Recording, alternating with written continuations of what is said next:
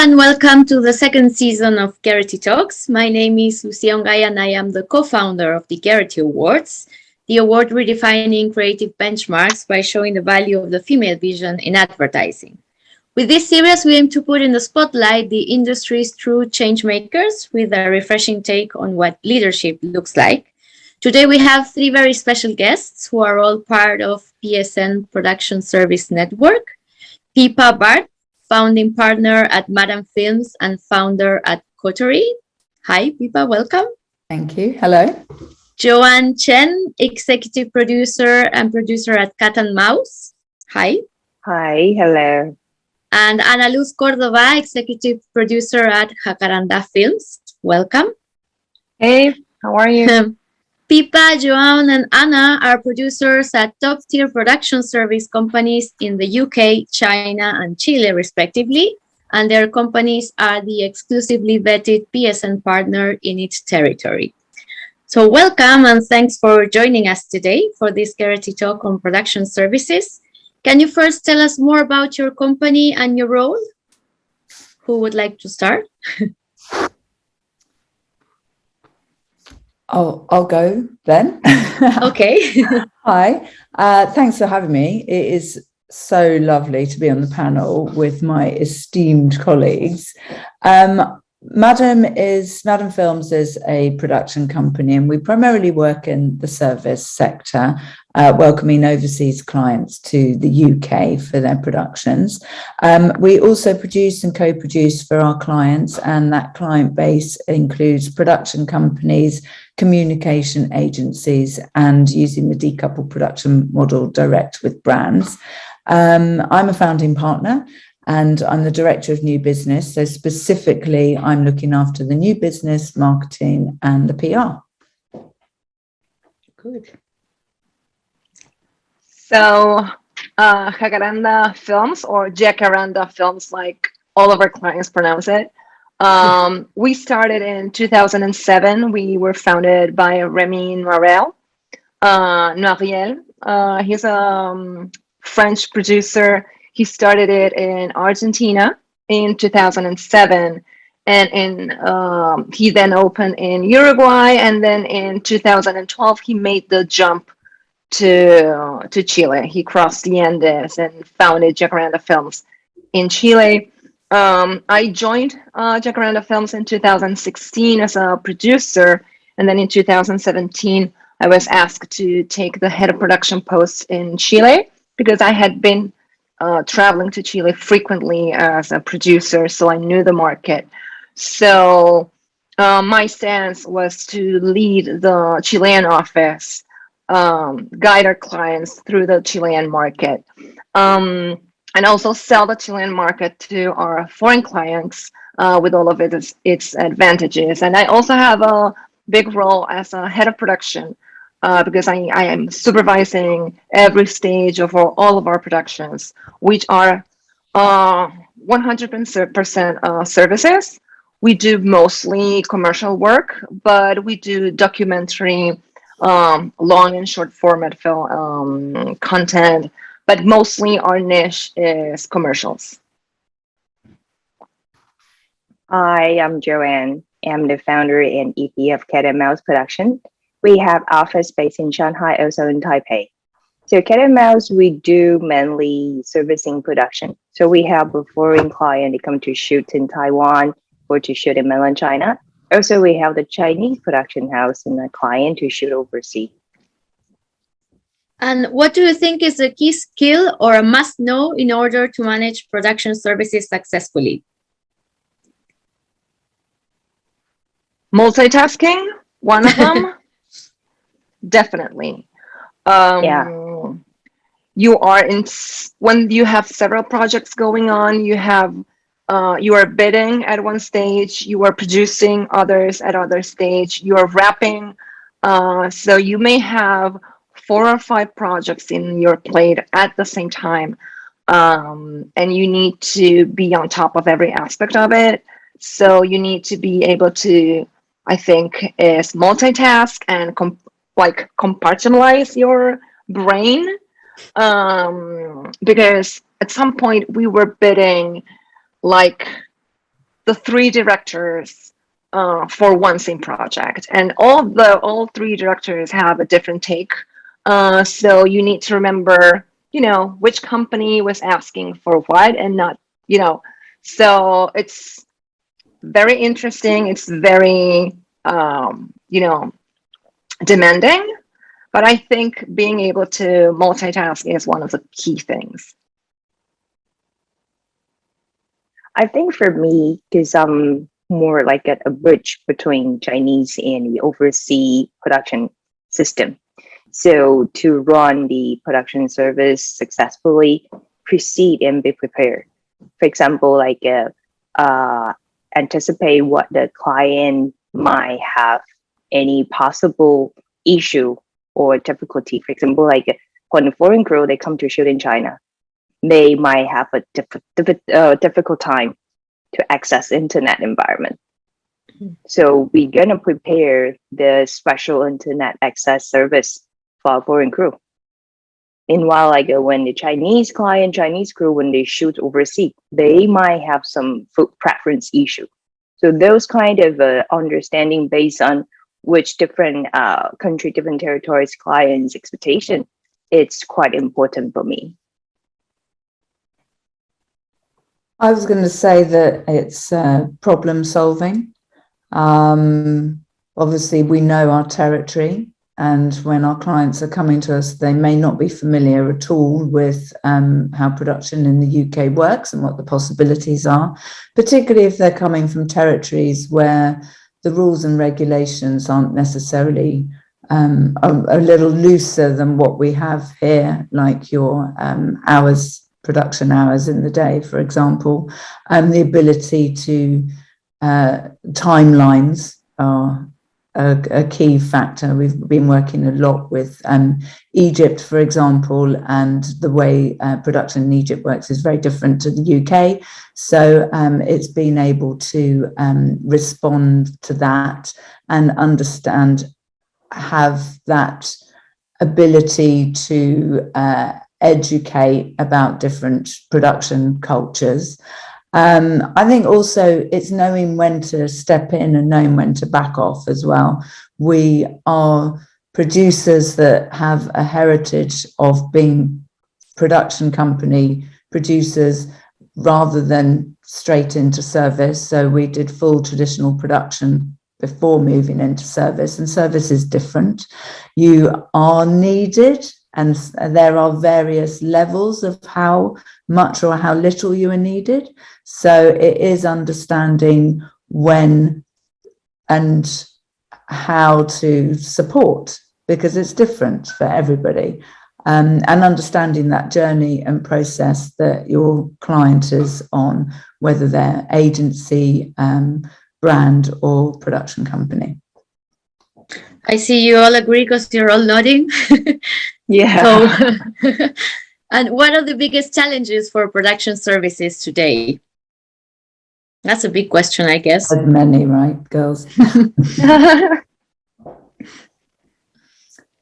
Obviously, COVID has been huge for everybody. I mean, not just services, but, there were very serious challenges for that, because as a service company, you're welcoming international clients, majority-wise. And that being able to respond to being able to provide the remote production, I think generally as an industry and as a community, within the PSN network, we all were able to respond to that really quickly. And there's a need for more production staff at a time when it was really challenging to retain people due to all the rules that were in place around isolating. And if anybody did show a positive result, there just weren't enough UK crew for quite some time. It was a real juggle. That is definitely one huge sector that's been a real problem for us. And I'm sure Joanne and Ana will have something to add to that. And then just additionally, from our perspective here in the UK, training and bringing in new diverse talent, that is getting easier, but it is still not so easy to fill all the roles with diverse talent. So we as a company work with a number of organisations to help bring in trainees to cover particular aspects of production. And then finally, one of the other points I was going to say was changing crew's behaviour to sustainability. So that's also a journey we're on, and that's an education for our production teams as well. And it's just getting everybody used to making the right decisions that are supporting greener production. Yeah, For I me- think COVID. Oh, sorry. Go ahead, Joan. No. After you, Anna. Okay. I think COVID. I mean, it's the newest challenge that we've had to adapt to. I think it's been a process and it's been a learning curve that still I don't think there's an end to it, because there's so many things that change and evolve here in Chile. The rules are quite strict. So, finding that balance between, doing everything you need, not going into, panic very quickly. So it's like finding that balance between what the client needs, what your crew needs, because at the same time, you are putting out a crew of 50, 80 people out there. So you're responsible for them. You're responsible of not creating, a hub of contagion. So that was a big one to adapt to. And it hasn't been written on stone or on any part of the process. We've had to learn all the way, and every day we encounter new situations that we need to adapt to. So that was one of the hardest things.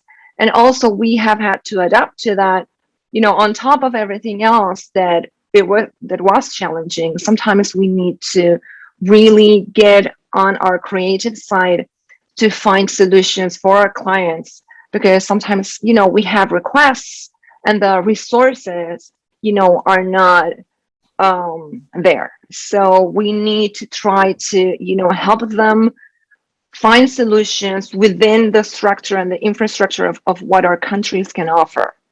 So, and this is one of the great things about PSN, because sometimes we get, a client of ours that is very dear to our hearts and are very loyal, and we don't want them out. We don't want to send them out to anyone. So sometimes we realize our countries don't have what they need for their project. So it's great that we have PSN and we can, we cannot do it in Chile, but I think it would be great if you could reach out to, this country, because we're totally confident in their capability. So that's helpful for us as producers, so that we know that our clients will be in great hands, even though they're not in ours. Yeah, I think from my side, from foreign crew to come to shoots in mainland China, the pandemic, the global travel restriction, definitely gonna be the biggest hit for this couple of years.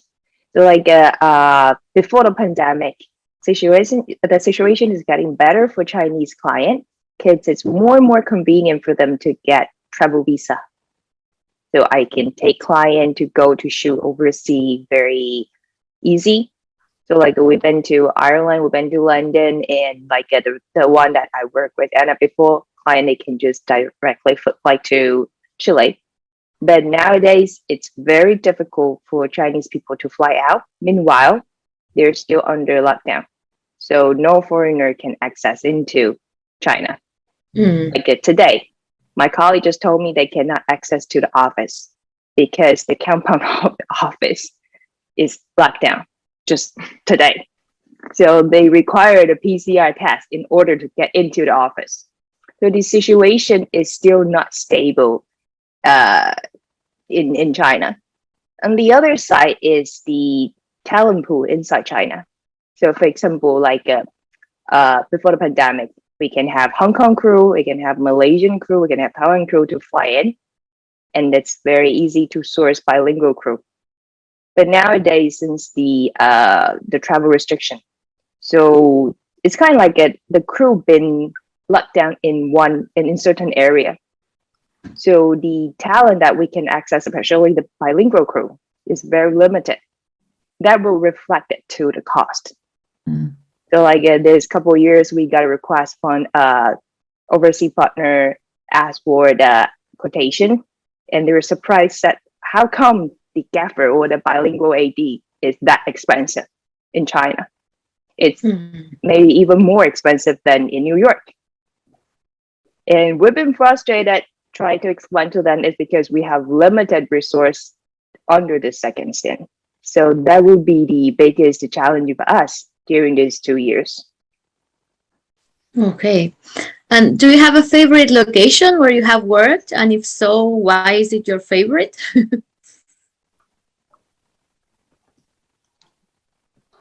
I think in Chile, I think it would be the Atacama Desert. Oh, It's nice. I mean, if you can take the altitude, it's amazing. You have geysers, you have white deserts, you have red deserts, you have salt flats. It's very challenging there. All of the places are managed by local communities, native communities. So you need to be in touch with them at a not at a business level, but at a human level to try to get into places. But the views are amazing. It's very far away. It's like 1,800 kilometers away. So it's always a logistic challenge, but it's amazing to shoot there. Absolutely.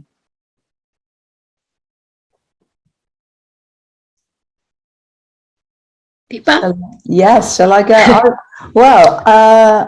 I mean, there isn't really one particular place. It's just so wonderful to be able to shoot all over the UK. And of course, we are a slightly smaller country than China and Chile. But we have been shooting a lot in Liverpool over the years, and we really love to shoot up there. There's some fabulous locations.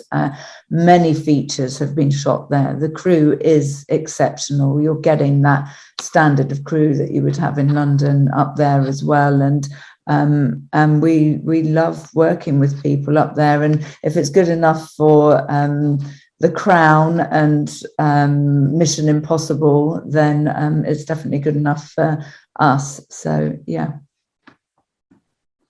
It's Joan? pretty tough. It's pretty tough to just name one, because China has a huge territory and they have vast landscape. But from my experience, I'm gonna say they have amazing desert. So we did a project with Italian crew. It's a service production. We stay in the next to the Inner Mongolian, but not Inner Mongolian, that area. So we stay in that desert for 3 weeks. So that's very quite. It's pretty amazing to see the landscape and the people and the culture there. And Ana and Joan, you worked together in the Intel project in China a couple of years ago. Can you tell us about it? Yeah, sure. Yeah, that was a lovely project. I mean, it came out beautifully. Joanne through PSN referred us to Red Horse production company in China, and it kind of evolved through the it was quite a long bidding process where we would get we would send information, and I think the director kind of took inspiration of what he Googled and what the information we sent about Chile, because he really wanted to capture the Chilean culture.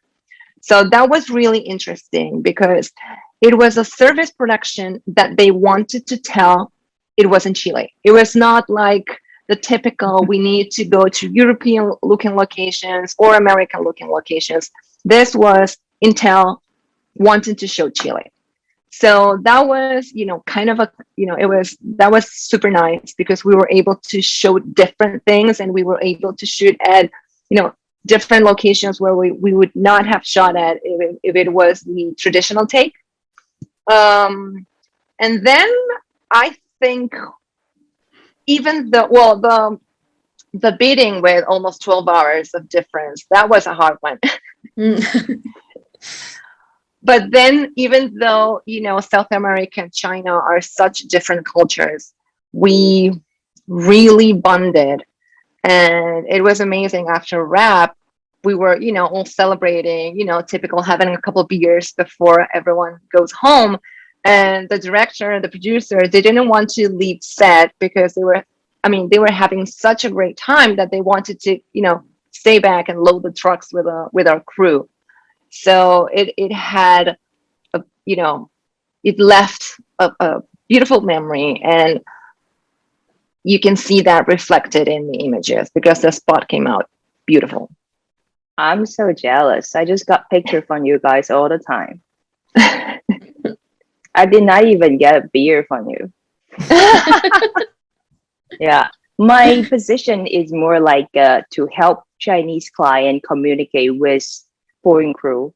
So especially, I think that's previously we mentioned about the advantage PSN. That's very important for us because that's my Chinese client, my Chinese site production house. They trust me, and I trust PSN partner. So even though they never been to such far away country, they have very limited information about that country. But through this link, so we can have the trust to each other, and that's gonna help the workflow been built up very quickly and efficiently. So like I can share my experience and my understanding about what Chinese client might request with Anna, so she can prepare something beforehand. Meanwhile, I can prepare my Chinese client, Chinese production house, to let them understand the working habit, the system is different from China. For example, like a China crew, they're working 16 hours per shift. They can even work more in a day, but that's not the case in other countries.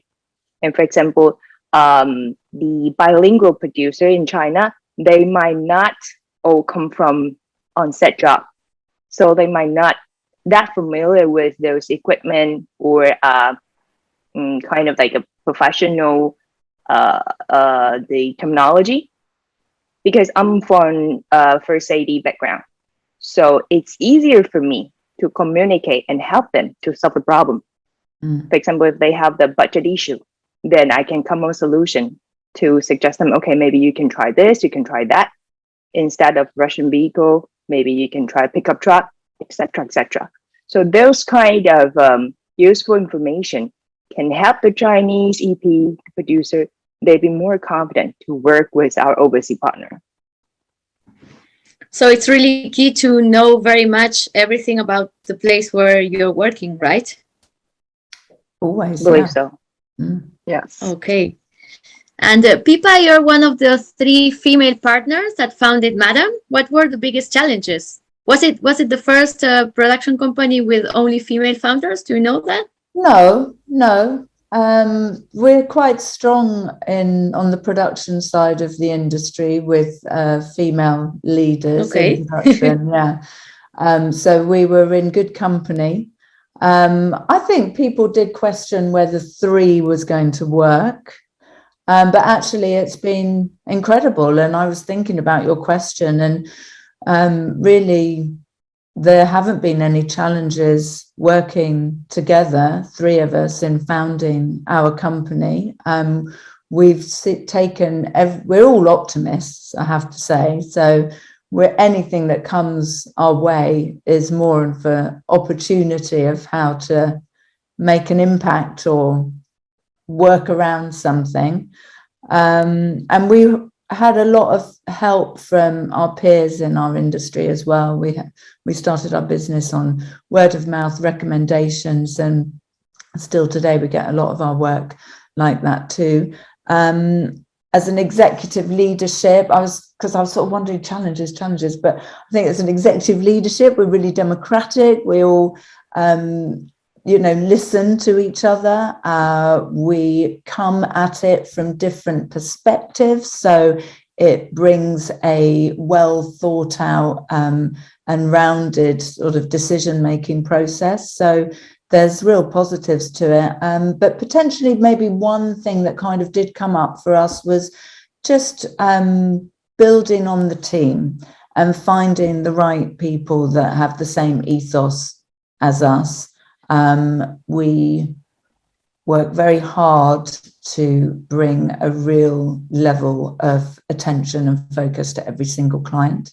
And we want our team of producers to care as much as we do and bring that level of detail and attention to every project and every client. So it takes time to find the right people for your team. And I would say that's really been the only challenge, but we took our time with it and we found them. And, we're confidently in a place where we've grown the team to support the productions that are coming through now. So, that was about it. And what projects are you currently working on that you can tell us about? I know sometimes you're not allowed to talk about them, but... We're coming out of our high season, which is the summer. So we shot a few projects during the summer that unluckily are not going to be airing until, the Northern Hemisphere summer. So it's going to be a couple of months before we can start talking about what we did. But we are super excited about, I think we found new clients and we were able to, get a closer relationship with existing clients. So that was one of the greatest outtakes of our season. And we cannot wait to be able to show what we've been doing. Pippa, Joanna, I don't know. Yeah, currently I'm helping the Chinese production house to feature project to shoots in UK. Meanwhile, we are working with the American documentary team that they would like to shoot part of their film in Taiwan. But we're still in the process to figure out those visa and travel restrictions. Sorry, my cat. Is that too loud? You can cut that part out. Okay. 35, give me 1 second. Okay. Sorry. No, don't worry. It happens all the time, so we are used to it. And Pippa, I don't know if you... So Madam is currently working on a project that draws on our production heritage and experience of working with Premier League footballers and clubs. And the model it builds on our offering of providing an upskill of production where it's lacking in companies. So that's been a really interesting process for us because they've come to us very early in the stages of educating their client around production and what production ideas can cost and what the opportunities are there. So we always value being part of the conversation to be able to educate clients on actually what it means to be in production, because of course we all know that so often you get the idea and the budgets don't reflect the scale of the idea really in any way. So being able to honestly educate clients is a privilege and something that's really important, I think, in the industry. So it's been good to be a part of that process. On a personal level, I've just accepted the PSN liaison role for the UK market. So considering Madam's been working with PSN and the partners for 3 years, and I've been working across international production for all of my career here, which is about 17 years, it feels like a really lovely opportunity to be able to talk about what's happening within the network and just really let the UK industry understand all the possibilities and be that solution provider. I've always placed huge value on being a problem solver and bringing the right team together. So now I have this huge network of around 50 partners that are part of the team now. So yeah, I'm really happy about it and think it's going to be a great discussion for everyone. And the last question for the three of you. What things did you learn later in your career that would have been handy when you were starting? I can't wait to hear this from the ladies. Okay, I think most important thing for me is relax. Even when things fuck up, it's not end the world. And I still can clearly remember my first project that I shot in China as a producer. My crew did not let me get in the pursuit arm, the tracking vehicle, because of my gender. People there believe that female get into the tracking vehicle is a bad luck. So I believe that my lesson in the past decade is don't try to be anyone's boss. As a producer, our job is to helping people to make their life easier. So I just shared with my younger female producer that it's kind of like a joke. I don't know if you can add that in, but that's what I share with my younger producer. Do not be afraid. Don't get frustrated when people call you bitch when you go on set. All the female producer, we are bitch, but be the useful one. So when your crew understand that your requirement is actually helping the project, it's helping everybody can make their life easier, their job easier. When you call a rep, they're gonna grab you a bottle of beer, even though they hate you.